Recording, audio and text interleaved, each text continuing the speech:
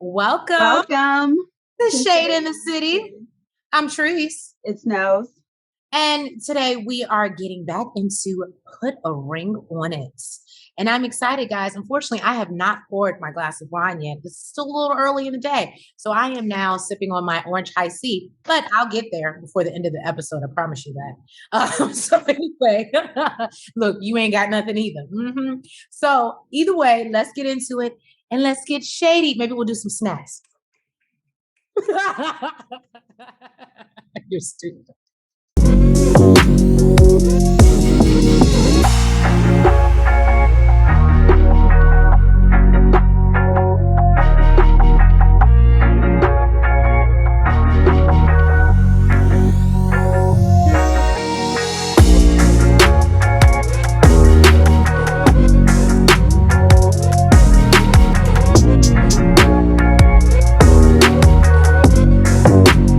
So we pick up where we left off with Charlena making her decision. You know, she told us that she was feeling one way before and she changed her mind. I changed my mind. I don't love you no more. What? Throwback Keisha. That's yes. the Keisha. So she decided not to go on another date with Chris. So apparently she was originally thinking about it. We see that Charlena talks about how she didn't want to go on another date with him because she didn't want to shake things up. She feels like wants to take her from Otis. And she doesn't want to put herself in that situation and be disrespectful. And basically Dr. Nicole, so that's when Fonzo jumps in and is like, yeah, these niggas ain't here to be your friends. You got to watch them. And then Shay is like, well, what would you know about that? Because you out here going on dates. So please, let's discuss. You mean you can't be friendly? You can't be friends? And he's like, nah. No, that's why I ain't got no female friends. And we see Shay in the confessional and she was like, was I right or was I right? I feel like earlier in the season, he said he had female friends. He probably don't know more. So first we have to reference, she says she doesn't want to go on another date with, I want to call him Chris Brown. I don't remember his name, but we just going to call him Chris Brown. It's the tips and the curls for me. Well, Dr. Nicole said, it seems like you're giving a lot of credit to Chris having the ability to disrupt. Oh, is that his real name? Relationship, huh? Is that his real name, or is that? It's Chris. Oh, I thought that's why you. Oh no, I meant Chris like Breezy. I know, but I thought that's why you said Chris Brown because his name was Chris. Oh no, I was saying because of the curly tips and the blonde and the. No, his name was Chris. Oh, okay. Mr. Otis, he says, that he thinks that Charlena, well, that maybe he got that impression because Charlena gave off the vibe that she was a weak woman. And he was like, is that what you were trying to say? Charlena said, no, absolutely fucking not. That's not what I was trying to say. And I said, as soon as and I knew it, I said this last review, I was disappointed in her because I knew she was going to say no to the second date. And I can understand her reasoning why she didn't say no. But I knew that he was treading lightly because he didn't want to upset her. They had just come off of an argument. And then the minute he had a chance to be disrespectful, throw her under the bus, once he knew she was good, he took that shit. What's crazy is he doesn't think that he was being disrespectful. That's the craziest shit in the world to me. Just like he wasn't being disrespectful, telling her to go take a shower. That's true. I told Trace, I said, no, I'd have been like, no, that's not what I thought. I felt like he got the vibe that I deserve better. How about that? That's why. That's a vibe. Charlena was just like, I'm not a weak woman. No, that's definitely not what the fuck I meant. Don't you ever say no shit like that again. And she feels insulted. And so do the other women. They feel like Shay says that she feels like it was an insult. And Shorty says that she doesn't believe that it was meant to be malicious, but he may be projecting his own views onto her. Which, if that's how you feel about your woman, sir, why do you still want her? Right. And of course, Otis can't take the criticism. And he says that, people are not being honest and they're just wanting to be on her side. All I'm going to say is there's a lack of accountability for both of them. Well, Dr. Nicole, basically, she suggests that, try to get more clarity rather than, argue.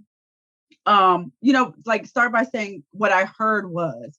And actually, every time I've seen somebody say this or do this in what could be an argument, I feel like it actually worked from what I saw. And then, she asked Shay and Alfonso will, they'll be going on another date. And, well, I'm sorry. No, she's putting them on new dates. I'm sorry. She's putting them on new dates. And Shorty says she'll be going on her third date with Tavi. Kenneth is meeting with Dr. Nicole. So they're going to have a one-on-one date. And I thought it was cute. He was like, so where you want to go, Doc? Like, then she gives Otis and Charlena a task. She tells them to make a list of things that they would like their partner to do more of. And then share it with each other and don't be accusatory. So we shall see how this goes. The road to nowhere. So we see Fonzo and Shay. He's getting ready for his date. And Shay wants to take Dr. Nicole's advice and allow him to choose her. Kudos, Shay, kudos. So we meet Tanisha, 33, with the booty hanging out of shorts. That thing was thanging. So Shay greets her at the door politely, surprise, and then tells her to have a seat on the couch. She asks her if there is anything that she wants to know. And Tanisha lets her know, no, not right now. And she says, well, good, because there's some things I want to let you know. First of all, there will be no touching. There will be no exchanging of numbers or anything of that nature. No, if I call, then he will answer. He must answer. So Tanisha's like, okay, please get me out of this house with this crazy girl who went on this show to let her man go on dates with other people. But okay. We see Tanisha and Fonzo well, first of all, lay in the car. She's like, buckle up for safety. And he's like, safety first. And I was like, you can't skip. Whoa. What? Wait a second. Wait a second. Before all that happened, after Shay set down the ground rules, she calls Fonzo down. She was like, oh, she's lovely. I like her.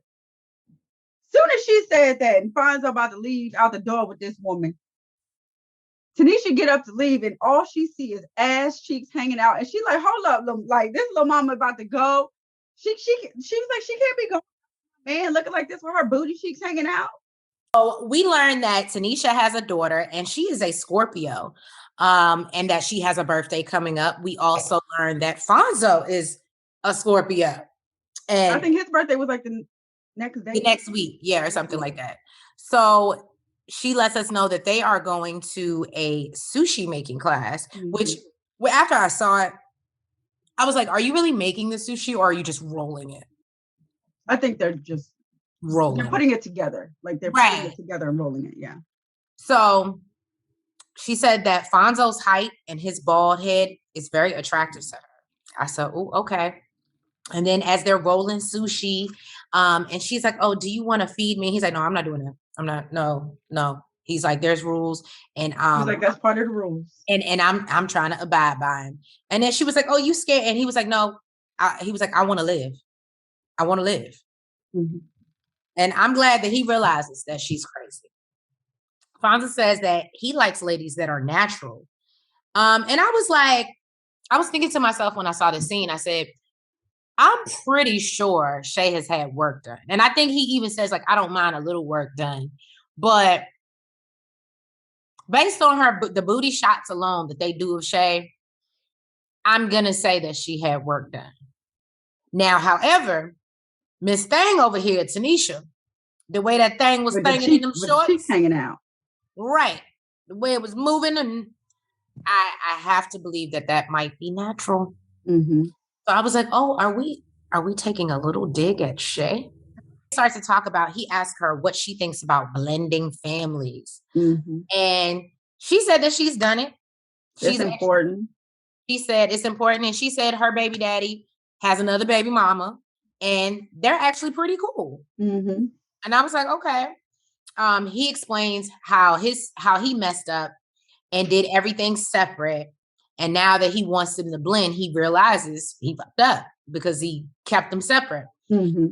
Tanisha says that in the confessional, if he's having trouble blending with Shay, his family can surely blend with her. I said, ooh. Oh, she did ask if he wants to go on a second date with her, and he said, to be continued.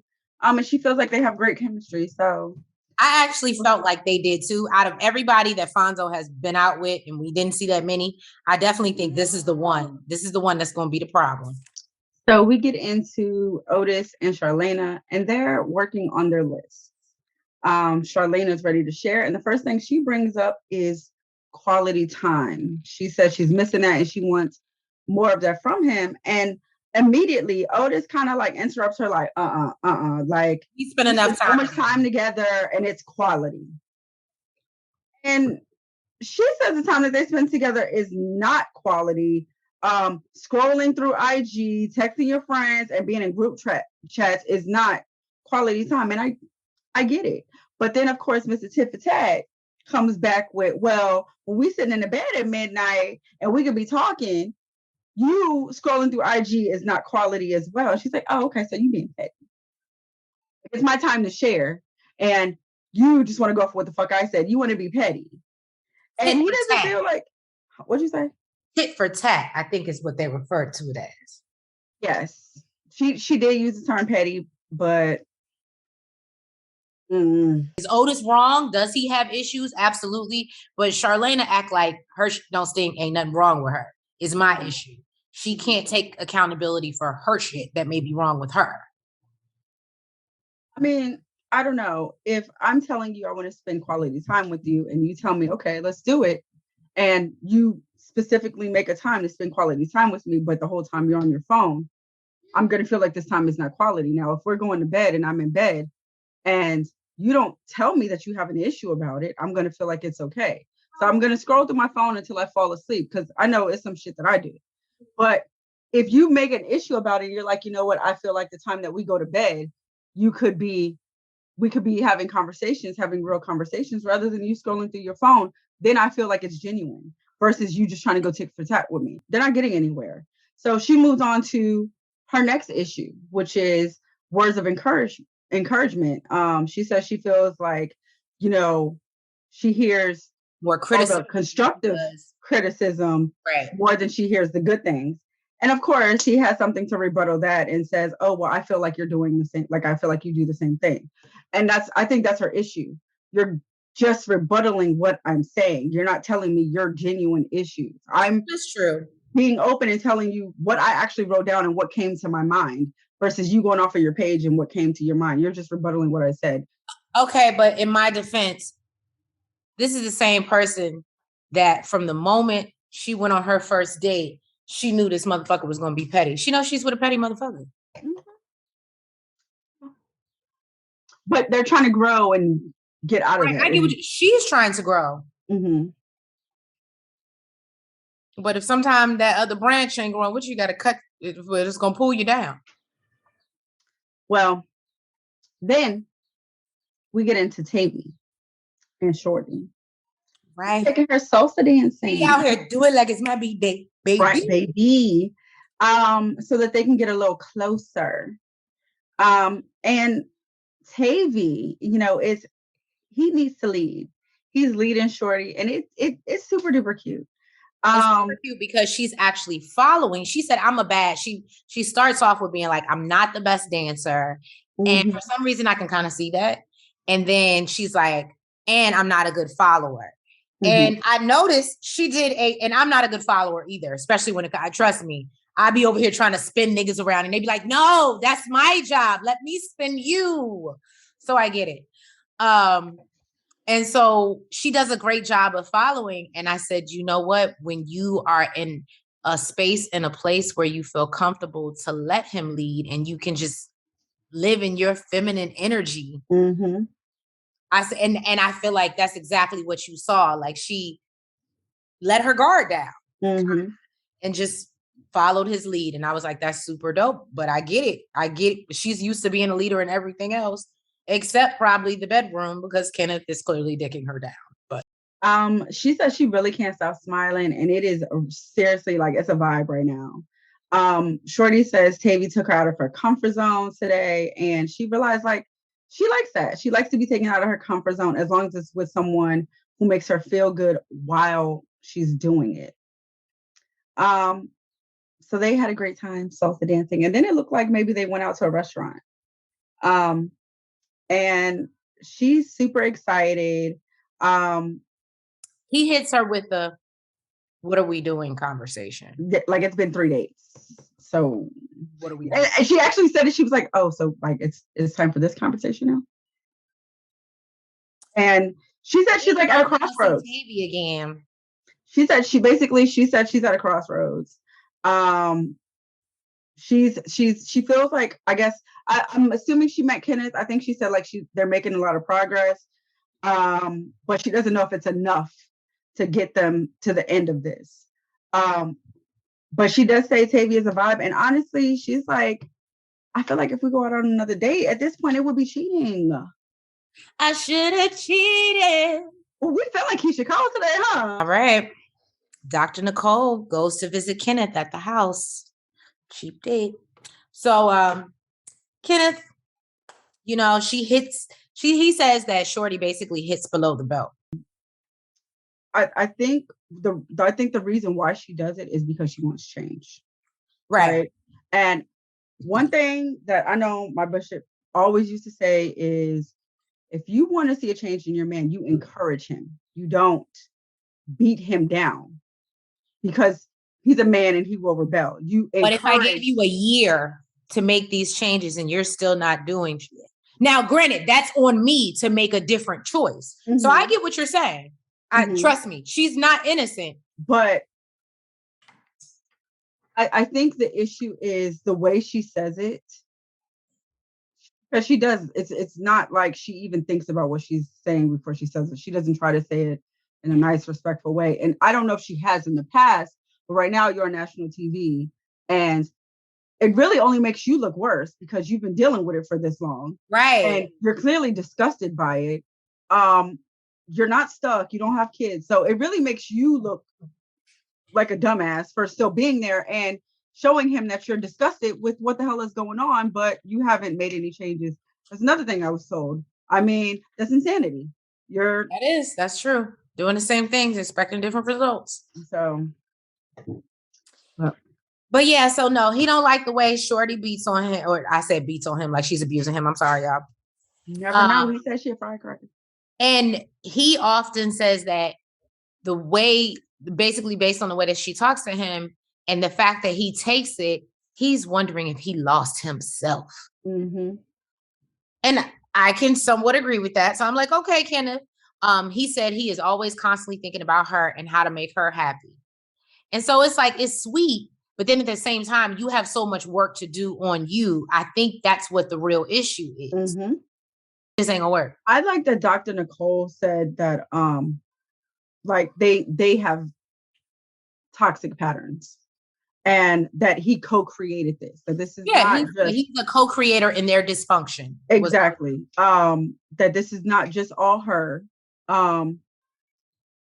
She says that you can't dictate how she'll behave. However, you have to be clear enough in your decision making and how you manage your actions that you're doing your part. Mm-hmm. If she can't do the same, then you have to ask yourself whether we need to go our separate ways, or do we have something sustainable to build long-term in the future? I said, this is why we love Dr. Nicole, because she basically just said the same thing we said, just a little more professionally. But if you don't want to deal with it, you've been here for so long. That's both of them. Choices. The same way she tells Shay, you have choices. And that's both. That's both of them. Right. That's both. If you've been dealing with it for this long and you don't see any progression, if you gave him an ultimatum and it's been a year, was the ultimatum for if you're still here. Then Shay is meeting up for her date with Shahid, also known as DJ Silva. Okay. And he is giving very much a gentleman. I mean, he's opening doors, filling out chairs. I thought it was cute. She was like, now let's see if you can push this thing back in.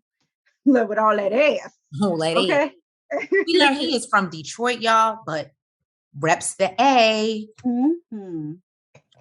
So apparently he smells good. I love men that smell good. I'm just, thought that was cute. And he says, oh, look. Yeah, that's right. You got a man. I forgot. And he's like, I might have to, fuck him up. You know what I'm saying? Get rid of your home. She was like, no, he's a big dude. He said, oh, okay. So basically, you mean I got to put a Twinkie down and make him make a decision between you and the Twinkie? I said this. Well. And she just laughing it all up. She just, you must be a comedian. And he like, no, but I'm a DJ. So then they talk about the first date she was actually feeling. Mm-hmm. But then they talk about, he was saying that he does virtual DJing now, so that he can keep himself safe, keep his family safe. And she's like, oh, okay, well, about that, who's home waiting for you?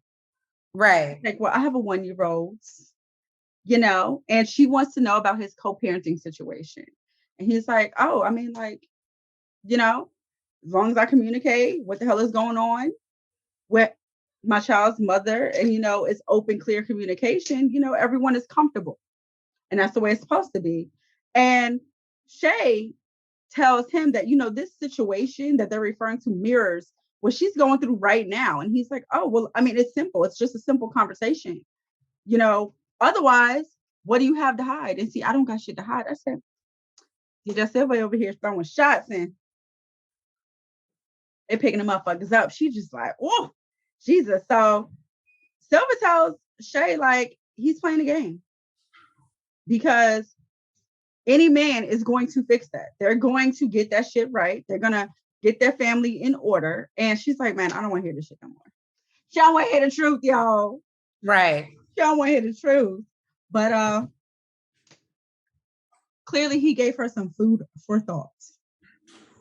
Okay. Then we are back in therapy with Dr. Nicole, and she jumps right into it with Charlena and Otis and wants to know how they did. And Otis says, he's glad that they had this conversation. And it ended up that they had one thing in common. They both wanted quality time. But what he thought was quality time that he was giving clearly was not Charlena's idea of quality time. And, Dr. Nicole asked her to explain what her idea of quality time is. And she did, the texting and the scrolling through IG and the group chat and right. And, basically he says that really doesn't, oh, I'm sorry. So then the second thing she says is about the words of encouragement. And Otis said that's something that really doesn't resonate with her. With him. And she basically says that she means like she doesn't want to be judged by him. She just wants the love part. She doesn't want to always hear what needs to be fixed about her. And Otis says, his attempt to be her biggest cheerleader and motivate her is just not being received. So, here comes Dr. Nicole, she better lay down the law. Dr. Nicole says, well, have you ever asked her what would be received in a way to inspire and motivate her? I said, Jesus on the main line. It's all about asking the questions, y'all. I said, how you ask them. I want to sit down with Dr. Nicole just once and have her fix my life. Fuck you, fix your life.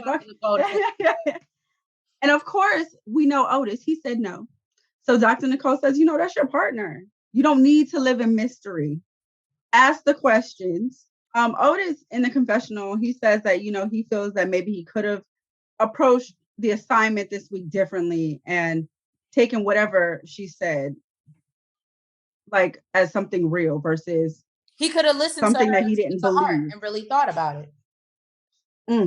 And meditated on it, but he didn't. Then she asked Fonzo about his date with Tanisha. He says it was a fun date.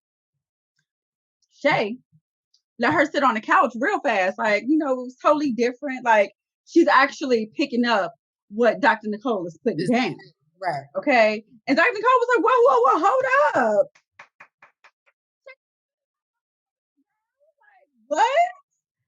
What? Then, of course, Fonzo, he's like, yeah, she was like, complimenting her, telling her she's a pretty girl. He was like, yeah, she was very pretty. Shay was like, hello, very pretty. Like, you doing too much now. Like, she was all right. Like, ma'am, you called her beautiful. Okay, so he tells Dr. Nicole that, Shay gave some ground rules and she wants to hear them. Dr. Nicole's like, go on, let's hear them. And Shay is like, she simply told her no touching, no exchanging of texts or DMs. And she said that it didn't even bother her, like it didn't even bother Fonzo that she got on these little booty shorts when it's 10 degrees outside. She was like, if I was to have on some booty shorts, he would have talked shit to me. But it's okay if she do it. He ain't have no reaction she was waiting to see his reaction to her outfit.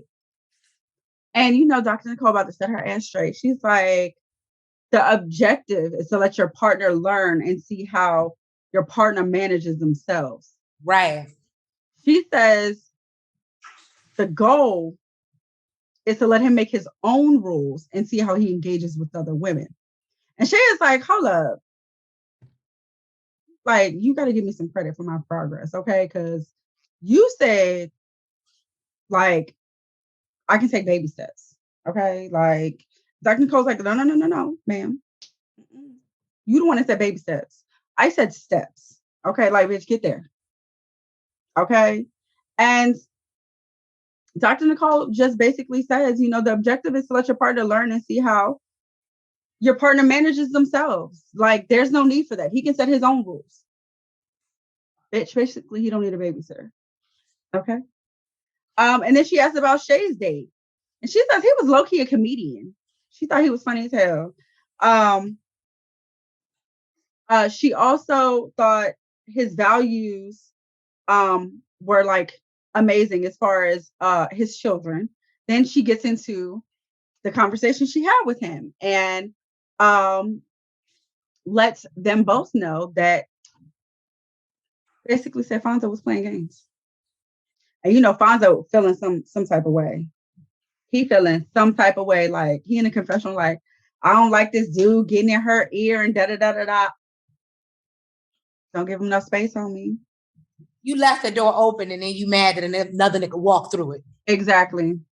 And then Shorty's asked about her third date with Tavi, and she says, they went salsa dancing. And they had a good date, even though she's not a great dancer.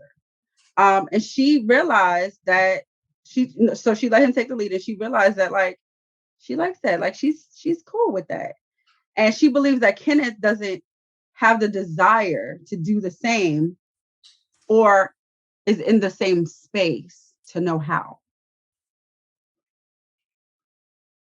No, it's just these digs for me. Kenneth says that he feels like when she's giving compliments to, this guy, it's kind of like jabs at him. And if you can see Shorty's face, Shorty is just like I don't give a fuck. Like, he's the complete opposite of you. And Shorty feels like it's the same song and dance. And anytime she brings up his shortcomings, it puts her in a space where she has to be careful or tiptoe around, like, her criticizing him. And Kenneth is like, stop the bullshit. You don't tiptoe around shit you say to me. Basically, you come out and say whatever the fuck you want, no matter how disrespectful it is. Yeah. And Shorty says, and he says that, you're not realizing, my good gestures, they go unnoticed. And he feels like that at this point, they're just expected. And she's like, you damn right. They're expected. If I pay the bills, I feel like we're sharing responsibilities. I'm doing what I'm supposed to do, and you're doing what you're supposed to do. But then Kenneth says that he pays majority of the bills. So now I'm a little bit confused, because this has been Shorty's go to all season. Right. Because he pays a majority of the bills and she's a fucking liar. And that shit pisses him off because she just started making more money than him. So Shorty says that she doesn't like he needs to stop looking for extra credit when he hasn't done anything extra. And she's not gonna praise him for assisting her. I said, well. Ooh. And then, Kenneth is asked about how he feels, and he basically says, at this point he's so used to it that it doesn't even hurt anymore. Like, he's just disappointed and he's sick and tired of trying to show his worth. And he's tired of being a puppet on a string and tells Dr. Nicole at this point he really don't care less. So, I don't know. That was a whole lot. There's a whole lot in it. In that scene. And we only got 3 more episodes to go. We getting to the nitty gritty. Thank you guys. Please make sure, if you have not already, that you hit that like button. You subscribe. And you hit the notification bell. And we will catch you next week for another review of Put a Ring on It. I like it when you say put a ring on it. Good night. Love you. Or good day. Love you. Front, back, side to side. Make sure you go like and subscribe. Front, back, side to side. Make sure you go like and subscribe. Hey!